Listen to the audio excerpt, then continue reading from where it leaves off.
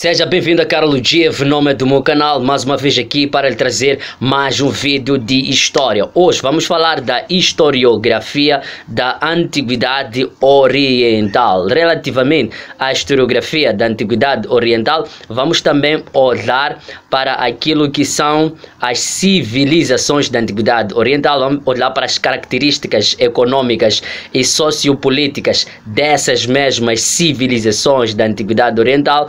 Vamos também olhar para as cosmogonias e mitologias. Bora lá? Bem, vamos falar primeiro das civilizações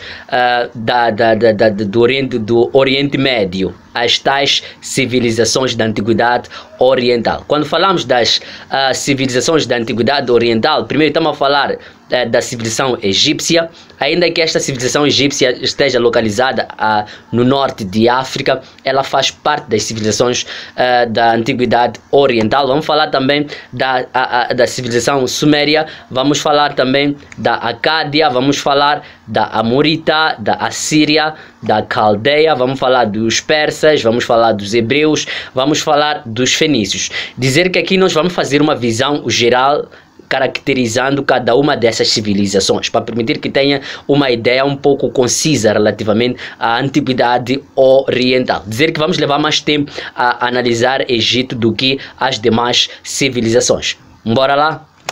Ok, primeiro nós temos aqui o crescente fértil. O que é crescente fértil? Quando falamos do crescente fértil, estamos a falar de uma região localizada no Médio Oriente. Quando falamos do crescente fértil, estamos a falar de uma zona que tem um formato de uma meia-lua, como isto que aqui tem. E esta terra crescente fértil é tida como crescente fértil, mas é uma terra genuinamente ou naturalmente árida, desértica, e que esta terra só foi fértil graças ao fato de ser atravessado por rios. Temos aqui uma diversidade de rios. Portanto, e este crescente fértil, ou neste crescente fértil, temos uma zona que é conhecida como que Mesopotâmia. O que é Mesopotâmia, gente? Quando falamos de Meso, estamos a dizer Meso, que é meio, Potâmia, água. Portanto, estamos a dizer que Mesopotâmia é terra entre rios. Não é? Temos aqui no meio essa terra que é tida como Mesopotâmia porque está entre rios. Quais são os rios? Temos o Tigre e temos o rio Eufrates. Nesta zona do crescente fértil, ou o crescente fértil, é banhado por outros rios para além do Tigre e Eufrates. Temos o rio Jordão. Eu coloquei aqui o rio Nilo. O rio Nilo, na verdade, é o rio africano que depois vou aqui mencionar, mas também vai fazer parte disto. Embora não banhe o crescente fértil, o rio Nilo, na verdade, vai terminar no Mediterrâneo. Tenho aqui algumas imagens de alguns rios, incluindo o próprio Jordão, o Eufrates, o Tigre e os demais do crescente fértil. Bora lá? E é interessante a gente perceber que é no crescente fértil que algumas sementes vão surgir, vão ser difundidas para o resto do mundo. O caso de cevada, o caso de trigo e outras sementes. Ok? Bora lá. Bem, vamos começar pela civilização egípcia. O que é que nos vem em mente quando falamos da civilização egípcia? A primeira coisa que nos aparece em mente é a questão mesmo do rio Nilo. O Herodoto, quando veio cá ou se fez a esse território, ele teria dito que o Egito seria dádiva de que? Deste rio. Por quê? Porque ele olhou, ele fez uma interpretação da própria terra. A terra do Egito é desértica, a mesma coisa que acontece mesmo no Médio Oriente. Mas ainda que seja desértica, essa terra tem vida graças a este rio que atravessa o Nilo. É interessante olhar para o Nilo porque este Nilo nasce do interior de África. Pressupõe-se que nasce do Lago Vitória, não é? Que nasce do Lago Vitória e vai desaguar no Mediterrâneo, não é? Temos aqui essa parte aqui chama-se delta, não é? Essa zona aqui chama-se delta. E temos aqui as pirâmides. Como podem ver, as pirâmides estão localizadas na parte norte do Egito, naquela zona que é tida como que Baixo Egito. Por quê? Porque no primeiro povoamento do Egito há de ser povoado por alguns grupos, algumas pequenas comunidades, que essas comunidades serão tidas como nomos.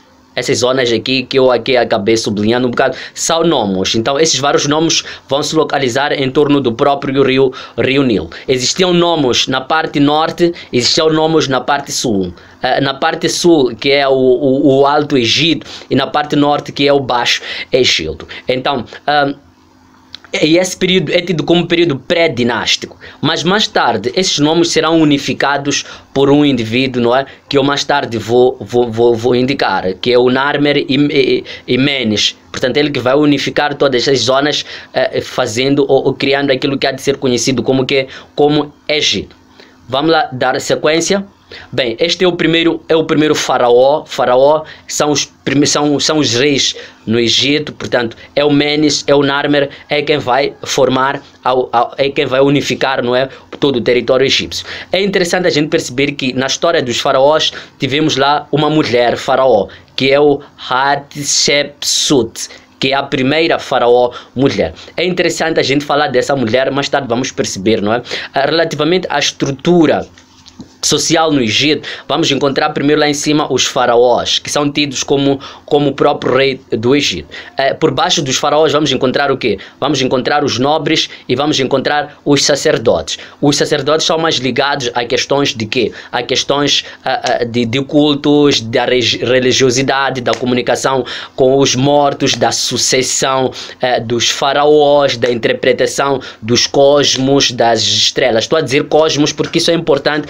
No final desta aula vou caracterizar aquilo que é a historiografia da Antiguidade Oriental. Eu vou resumir a caracterização da historiografia oriental. Por isso que até vamos dizer que a historiografia oriental era cosmogônica, não é? E era mitológica. Relativamente a cosmogonias, são os sacerdotes que vão criar, não é, essa interpretação das estrelas, a interpretação do universo, o surgimento do próprio universo, há de ser dado isso pelos próprios sacerdotes.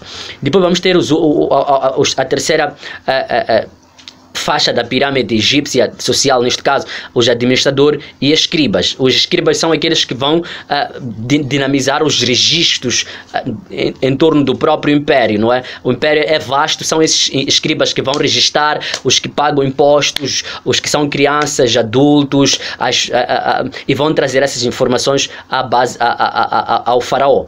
Depois vamos ter o quê? Na base vamos ter os camponeses, os servos e os escravos.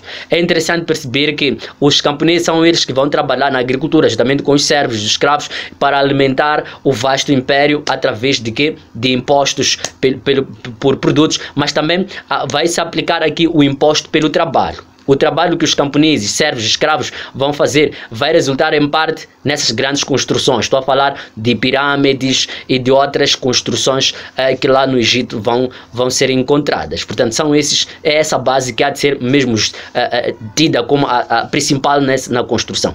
É importante a gente perceber que a parte econômica ou a vida econômica no Egito vai ser a mesma em quase também o Oriente Médio. A economia egípcia há de ser tida como uma economia asiática. Significa isso que tanto a egípcia como a do Médio Oriente ou das demais civilizações, essa economia é centralizada numa entidade, numa pessoa só, não é? Até isso acontece mesmo pela natureza da própria terra. Eu disse desértica, não só tem passado lá um rio, que é preciso que haja alguém que vai controlar esse rio, vai agilizar a construção de valas, de drenagens, de arquidutos, e geralmente quem organiza isso é centralmente o próprio rei, não é? Ainda que possa mandar alguém, mas tudo está centrado nele. É por isso que a economia é centralizada. É tida esta economia como a economia asiática, porque em quase toda parte há de ser assim. Bora lá? Temos características do Egito. Quando falamos do Estado egípcio, estamos a falar de um Estado teocrático. Teocrático estamos a dizer que o rei tinha entidades, era tido como uma entidade sagrada, não é? E o Estado tinha a religião do próprio Estado. Gente, o Nilo era tido como Deus ali. Não só era adorado, o sol era adorado. Havia adorações, havia canções do próprio Estado. Portanto, o Estado estava mesmo atrelado a questões religiosas. E essa religião do Egito é uma religião politeísta, significa havia lá vários deuses, Temos também a questão dessa religião ser antroposomórfica, esqueci de pôr zo aqui, antroposomórfica, isso significa que esse Estado os deuses, do Egito tinham uma cabeça de animal e tinham um corpo homem. Antropo significa homem, zoa significa animal, morfismo significa forma. Os deuses tinham uma parte homem, uma parte animal. Depois matriarcado. Matriarcado significa que aqui havia uma grande valorização às mulheres. Tanto é que temos destaque de fotografias de mulheres, temos destaque de maquiagens de mulheres, não é? Essas mulheres se destacam porque por cuidar até dos próprios reis, por cuidar dos filhos dos reis. Em algum momento o rei é o filho mais velho de uma rainha, é o filho mais velho de uma rainha, é o filho mais velho de uma nobreza, não é? Depois a centralização econômica, isso já falei. Antroposomorfismo, essa questão aqui, temos cabeça de animal, mas temos corpo de homem. Invenções egípcias. O Egito há de ser caracterizado, não é? A se destacar muito por inventar a escrita hieroglífica. Não só destaca-se pelas pirâmides, não é? Uma das pirâmides é de Gizé. Vai se destacar também pela mumificação, não é? Nessa questão de mumificação, os faraós, para não apodrecer, eram tratados, não é? Mumificavam-se para que não fossem apodrecer e eram colocados lá nas pirâmides, que eram túmulos dos próprios faraós. É interessante a gente perceber que essa questão de colocar os faraós nos túmulos acreditavam na vida após a morte, neste caso. Portanto, para os egípcios, a morte não era tida como algo de alarido, a morte era tida como algo de festa. Matavam animais, faziam festas nos dias de morte sem nenhum problema, não é? Vamos lá adiante. Temos os sumérios. Os sumérios é a primeira civilização que nós vamos encontrar ali no Médio Oriente, não é? Portanto, esses são caracterizados primeiro por criar as primeiras cidades ali no Médio Oriente, não só. E é interessante olhar para essas cidades, porque essas cidades eram estados independentes uma da outra, não é? São comparadas às cidades-estados, por exemplo, da Grécia, que eram independentes uma da outra, apesar dessas cidades todas estarem ligadas por uma mesma cultura e mesma língua. A mesma coisa vai acontecer com essas cidades. São cidades independentes uma da outra. A outra coisa muito interessante dos sumérios é que eles vão inventar a escrita que é tida como a escrita cuneiforme, que é cunhada numa pedra. Adiante, depois dos sumérios aparecem outros povos, que são os acádios. Os acádios aparecem e vão tomar as cidades-estados dos sumérios, unem as cidades-estados e vão formar aquilo que há de ser conhecido como o primeiro império ali no Oriente Médio. O primeiro império foi criado pelos acádios. Depois vamos ter os amoritas, que em parte também são tidos como os primeiros babilônios. A Babilônia, não é? Esses são destacados por tomarem o império dos acádios, não só por criarem uma normalização dentro do próprio império, para permitir que as pessoas não tivessem todas as liberdades, as pessoas fossem dominadas por uma lei, as pessoas fossem regidas por uma lei. Portanto, vão criar o primeiro código, que é a primeira lei, o primeiro código de lei no Oriente Médio, não é? Conhecido como o Código de Hammurabi. Depois, naturalmente, vamos ter os assírios. Os assírios são destacados por serem, primeiro, muito fortes, muito rudes, militaristas, e portanto, vão aproveitar esse militarismo para fazer o expansionismo ao longo até do próprio Oriente Médio. São indivíduos que estão um pouco distantes da zona fértil, estão mais um pouco distante dos rios Eufrates e Tigre. Portanto, querendo zonas férteis, vão invadir a outras cidades, que é o caso das Amoritas e outras cidades, para tomar a zona fértil, não é? A Mesopotâmia, o território entre rios, não é? Adiante, temos os persas. Os persas são destacados, eles aparecem, vão tomar os assírios, o império dos assírios, e formam também mais uma vez o seu império, vão alargar também mais uma vez o seu império. Portanto, os persas estendem-se até um pouco fora do próprio Oriente Médio, vão até o norte de África, vão até ao Mar Negro, portanto, expandem-se até um pouco até o Mediterrâneo. Portanto, também são destacados esses indivíduos pelo dualismo, acreditar no dualismo de forças. O que era isso? Eles acreditavam na existência de Deus bom e Deus maus, forças boas e forças más. Portanto, eles tinham uma religião que é o zoatrismo. Esse é o símbolo da sua religião, não é? Portanto, o zoatrismo. Existem outros símbolos, naturalmente não consegui aqui colocar. É interessante que para melhor controlar o seu império, vão dividir o seu império em satrapas, que eram também cidades-estados, mas já não eram autônomas, eram controladas, eram dirigidas centralmente, não é? Ainda que colocassem lá um dirigente para controlar, mas esse dirigente era um subdito central dos imperadores. Depois vamos ter os fenícios.